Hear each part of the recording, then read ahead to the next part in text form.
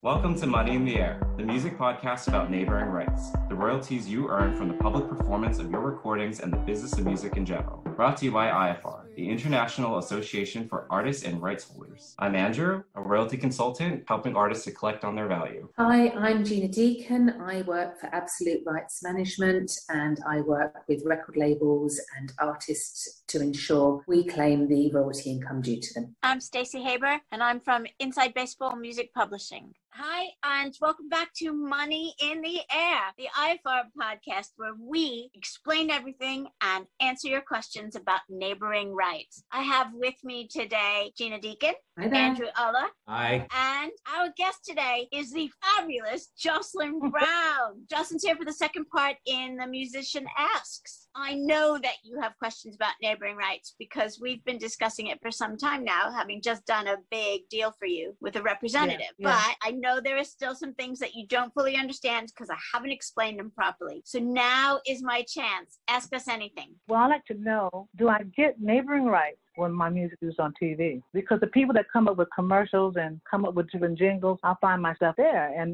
not only that, they'll use the song. So do I get that? So you will get it in most of the world, but you won't get it from the U.S. And why is that? Because the United States does not recognize royalties for terrestrial broadcast because the radio lobby was too strong when the statutes were enacted way back when we were babies. But in the rest of the world, terrestrial television, radio, and broadcast does pay royalties. So it's a good thing you're here in England. Thank you, God. Thank you. I'm quite sure quite a few people are jumping up and down next, being excited about understanding where this is coming from because they probably didn't understand it. It's something that, artists like myself or singers don't get a chance to get involved in it like this and understand all the particulars. And that's why we exist, to educate and to help so that everyone understands it and collects as much money as possible. Oh, wonderful, wonderful. Okay, my second question is, do I get the same money from PPL that I get from BMI? No. So you're with BMI for your songwriting. That's who gives you your public performance royalty as a songwriter.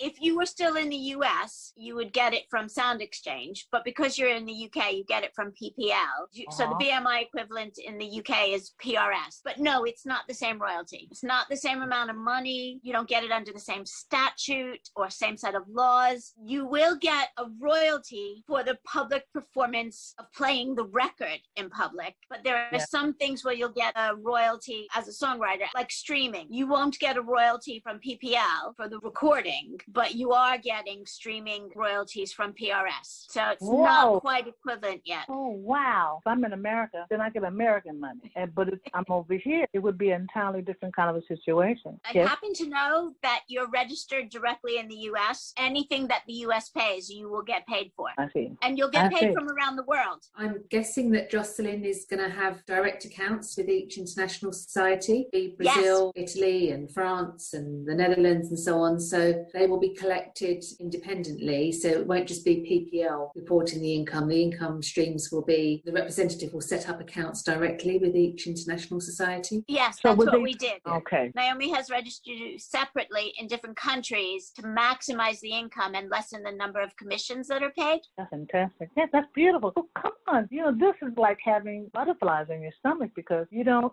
hear this or understand this. Artists have a problem in getting business done, and music is business.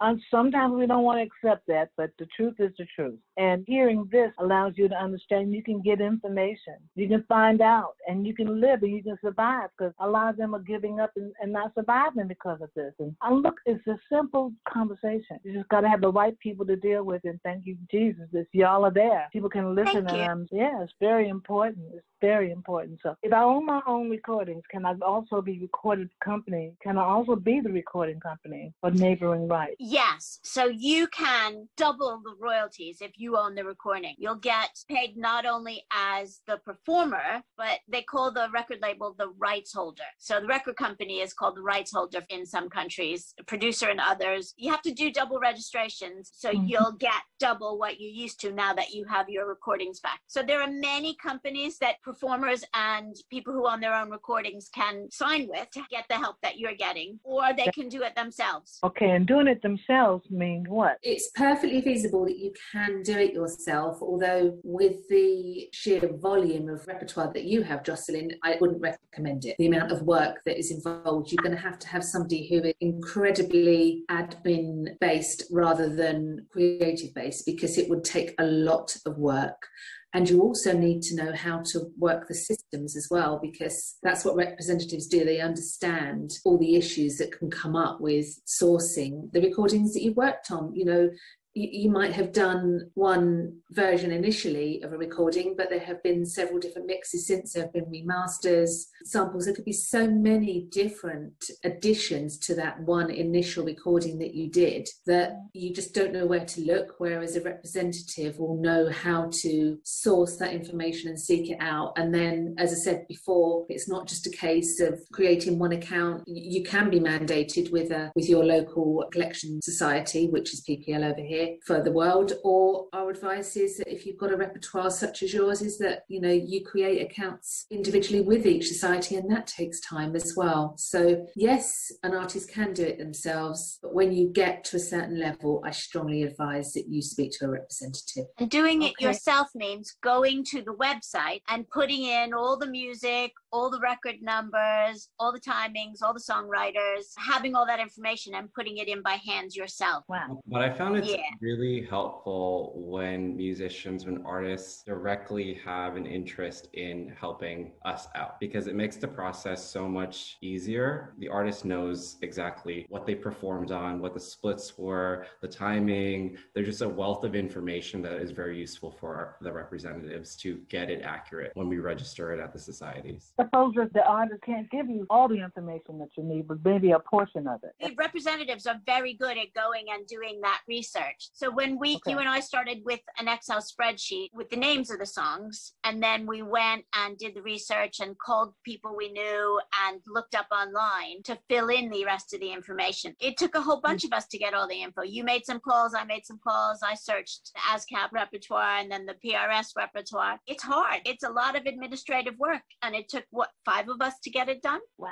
Well, right on. Folks need to hear you got to find an anchor to hold you down, and I respect that. I've got a great one. As we began to grow together, I began to find a wonderful asset in her, and she showed me how she wanted to help me go further with my career, and I really appreciate that. Thank you. You're welcome. Well, especially you. Right back at you, babe. Oh, it's been a pleasure, and it will be. It will continue to be. Thank you so much for joining us today. My pleasure, and thank you so much for all the wonderful answers. Thank you very much for joining us today. Thank you, Gina. Thank you, Andrew. And a very big special thank you to Jocelyn Brown. I adore you, and I'm so glad you were here, because you have brought out information that people would not have otherwise received. Anybody who wants to become a member of IFR and ask questions like Jocelyn did, please go to www.ifar.co.uk and become a member.